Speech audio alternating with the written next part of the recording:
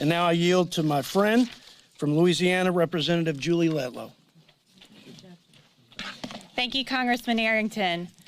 As a former classroom educator and a mom of two, I believe that addressing the issues we face in education are of the utmost importance. We all know that American schools have been in crisis, as students and teachers have found themselves in unprecedented circumstances.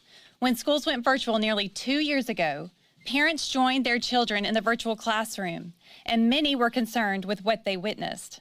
When parents across this country tried to voice their concerns and engage in the learning process, they often were shut out, and in some cases, wrongly labeled domestic terrorists.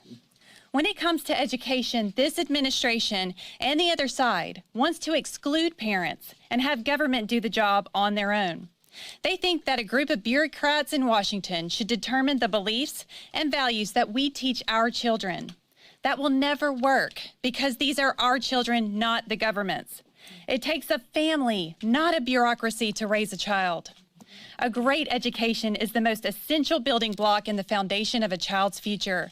As Republicans, we believe that education works when it's a true partnership between parents and the learning environment that works best for their child. We don't think that the relationship between a family and educator needs to be adversarial. Schools should work hand in hand with families, both sides bringing new ideas to the table that will always put our children first.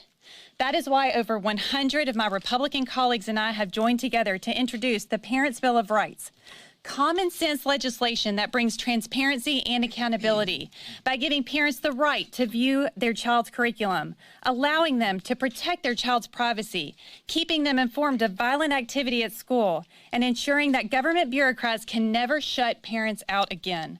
I want to be clear, we're not saying that Washington should force directives on local schools, but we are telling them that they must open their doors for families.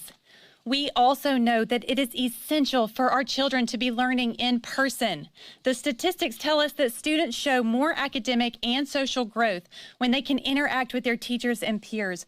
Congress sent billions to school districts and states to make sure they could safely reopen their doors. We didn't spend that money just for them to simply close their doors again. It's clear that we need a broad shift in our nation's education policy. America's future depends on it.